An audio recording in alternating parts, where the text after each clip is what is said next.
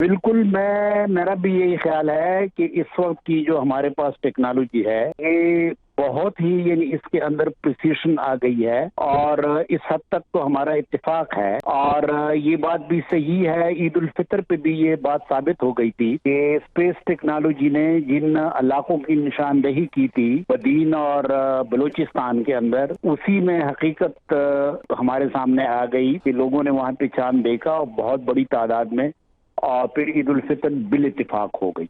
Doctor صاحب یہ کہے گا کہ جس طرح سے فواد چودھری صاحب نے کہا کہ علماء ٹیکنالوجی کے استعمال میں ہچکچاہٹ کا شکار ہیں، انہوں نے یہ بھی مثال دی کہ جب نماز میں گھڑی کا استعمال ہو سکتا ہے تو چاند دیکھنے میں کیوں نہیں؟ تو ایسی صورتحال میں عام آدمی اب کہاں کھڑا ہے؟